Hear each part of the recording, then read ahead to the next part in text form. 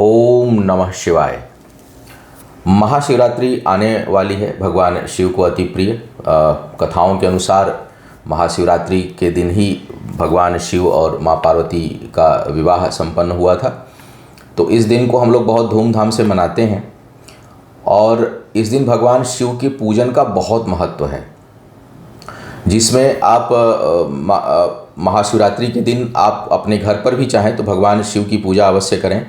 भगवान शिव की पूजा से सबसे बड़ा जो भौतिक लाभ अगर कहा जाए, आध्यात्मिक लाभ की तो कहना ही क्या, क्योंकि जब हम किसी भी ईश्वर के सानिध्य में जाते हैं अपने आराध्य के, तो जो आध्यात्मिक लाभ होता है, जो अलौकिक लाभ होता है, उसको तो अनुभूत किया जा सकता है। लेकिन चूंकि हम लोग गृहस्थ जीवन में हैं तो हमें भौतिक लाभ की भी आकांक्षाएं हैं।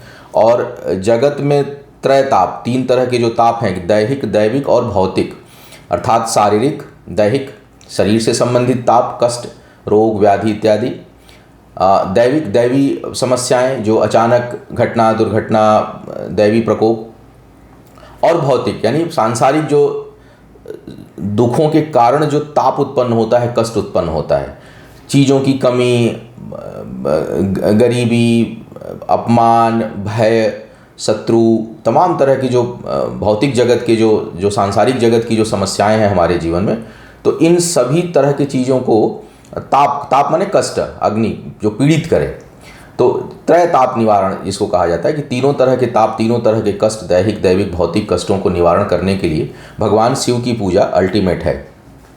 अब अगर वैसे भी देखा जाए कि भगवान शिव को महाकाल भी कहा जाता है, महारुद्र भी कहा जाता है, महामृत्युंजय भी हैं, तो अब जो है वो अगर कोई भी किसी भी प्रकार की समस्या से आप ना भी पीड़ित हों, क्योंकि हम लोगों की आदत होती है कि हम जब कोई समस्या होती है तभी हम जो है वो भगवान की पूजा या ईश्वर को याद करते हैं। लेकिन मेरा मानना यह है कि जब समस्या ना हो तो अपने आप को, जैसे कि अपने आप को मजबूत रखने के लिए, अपने आप को दैवी कृपा के दैवी अनुकंपा की प्राप्ति के लिए आपको पूजा अनुष्ठान करते रहना चाहिए। तो महाशिवरात्रि का एक अवसर बहुत, जैसे जैसे सावन का महीना आता है, बहुत पवित्र माह है, वैसे ही महाशिवरात्रि का बहुत महत्व है। और इस बार 18 फरवरी को शिवरात्रि पड़ रही है, शनिवार का दिन है। तो एक तो संभव हो तो आप लोग स्वतः उस दिन भगवान शिव के पंचाक्षर मंत्र ओम नमः शिवाय, इसका आप जप कर सकते हैं। भगवान शिव के जो है रुद्र गायत्री मंत्र का जप कर सकते हैं, महामृत्युंजय मंत्र का जप कर सकते हैं। भगवान शिव के लिए रुद्राभिषेक बहुत प्रिय है भगवान शिव को, जिसको रुद्राभिषेक रुद्र का अभिषेक, भगवान शिव को स्नान कराना। तो अलग अलग समस्याओं के लिए अलग अलग चीज़ों से, बहुत सी चीज़ों से स्नान होता है, लेकिन जो सबसे सहज भगवान शिव का अभिषेक है वो आप जल से और कुशा से, अगर कुशा मिल जाए, उपलब्ध हो तो उससे आप कर सकते हैं। अन्यथा जल और गाय के दूध को मिला करके संभव हो तो उसमें थोड़ा शहद मिला दें, पंचामृत से स्नान करा दें, तो उससे बहुत ही लाभ, एक बहुत ही प्रभावशाली पूजा है ये।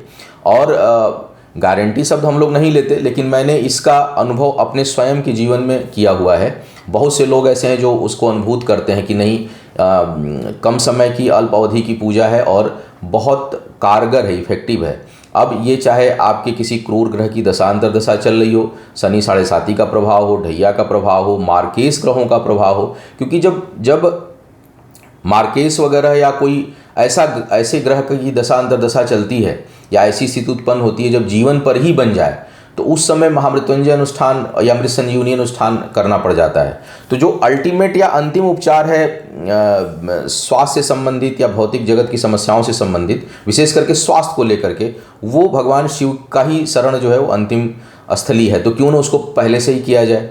तो इन सारी चीज़ों को देखते हुए, और जो भौतिक जगत की चीज़ें हैं भगवान शिव को प्रसन्न, क्योंकि भगवान शिव एक हम लोगों के जो धर्म में जो जितने देवी देवता हैं उसमें सबसे पहले और बहुत कम चीज़ों में प्रसन्न होने वाले देवता माने जाते हैं भगवान शिव। केवल भाव से ही प्रसन्न हो जाते हैं, इसीलिए उनको जो चढ़ाने वाली चीज़ है वो जंगल की चीज़ें, मदार के पुष्प हैं, उनके पत्ते हैं, बेलपत्र हैं, इनको आप अर्पित कर दीजिए।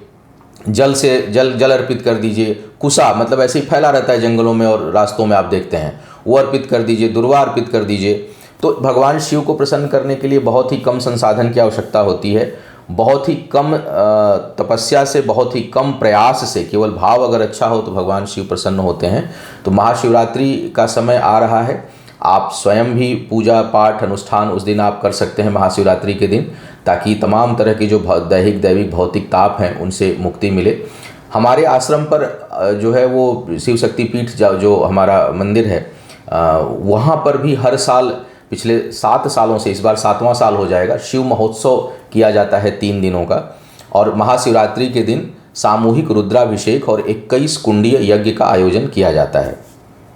तो जो भी मेरे दर्शक हैं, जो नियमित जो मेरे क्लाइंट हैं, जो लोग मुझसे परामर्श लेते हैं, जो लोग पूजा पाठ कराते हैं, वो लोग हमारी साइट से महाशिवरात्रि के दिन सामूहिक रुद्राभिषेक की बुकिंग भी कर सकते हैं। तो अगर अपने स्वयं करते हैं, कराते हैं तो बहुत अच्छा, लेकिन आप कहीं ऐसी जगह पर हैं या विधिवत कराना चाहते हैं पूजा, तो हमारी साइट से जा करके सामूहिक रुद्राभिषेक साइट से बुक करा सकते हैं महाशिवरात्रि के लिए। और उस दिन, क्योंकि उस दिन जो है बहुत विधिवत पूजा और यज्ञ 21 कुंडी यज्ञ उस दिन किया जाता है हमारे आश्रम पर। तो जो लोग भी हमारे क्लाइंट हैं वो साइट से जा करके इसकी बुकिंग करा सकते हैं और इस महत्वपूर्ण दिन का लाभ उठा सकते हैं। ओम नमः शिवाय।